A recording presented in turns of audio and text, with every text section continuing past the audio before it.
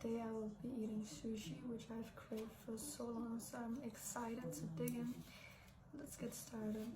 On the side I have some soy, some spicy mayo. I don't know if I'm gonna be using this in the kitchen. More of a soy kind of person. So yeah, let's get into it.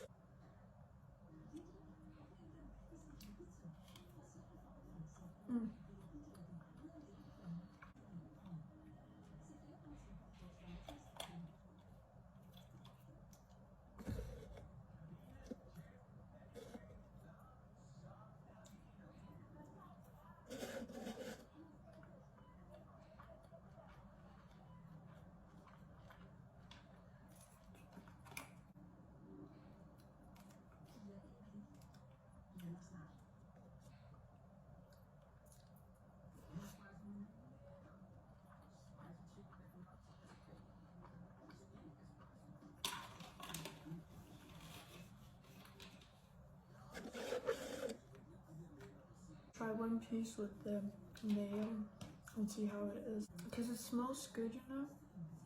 I don't usually eat it.